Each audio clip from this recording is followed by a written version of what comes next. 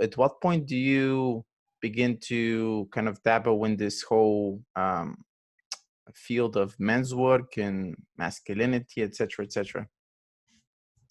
Well, yeah, I mean, an early mentor in that for me was, my Qigong teacher in the Bay Area. I Mm. started to realize the power of masculinity and how a lot of the spiritual community in California and at these festivals was very feminine. The men were very feminine. And I started to realize that was me also.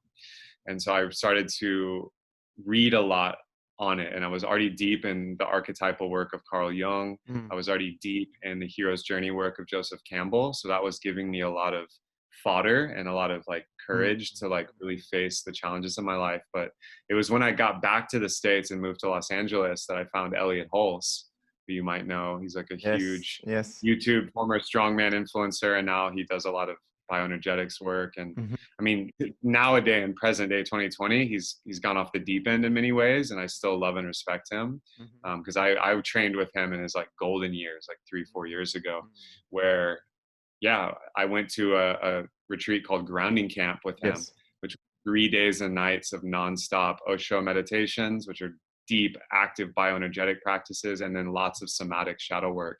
Mm. And that's really where I got initiated and opened into men's work. And I ended up studying with him for many, many retreats, like three Mm. 10-day immersions with his teacher who trained with Osho and was living with Osho, and Mm. was a Reichian psychoanalyst. I mean, just went super deep on the body path of that. Yeah, yeah. In Los Angeles, the lifestyle brand I had founded then with my two business partners, Mystic Misfit, we started leading men's circles and just Mhm. having men's gatherings at our home in LA. And that built up. And then we started to go to these retreats. And later, when I moved to San Diego, I discovered Sacred Sons.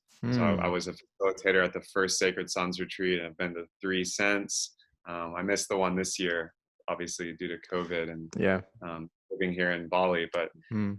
yeah, so I had a lot of mentors on that path and really stepped into it. And then in 2017, I made a live video called Masculinity is Dead. Yes, That was just yes. channeled. I was just like, it was like a really powerful day. And that just went viral and almost got 1 million views like Mm. overnight. People just, I got a huge like baptism of energy, positive and negative, Mm, mm, mm. that Yeah. really like kind of woke me up to like, I mean, the power of my voice and my path, because at that time I was really focusing on coaching entrepreneurs. I mean, I was already doing men's work, but that was like a new layer of it. Mhm.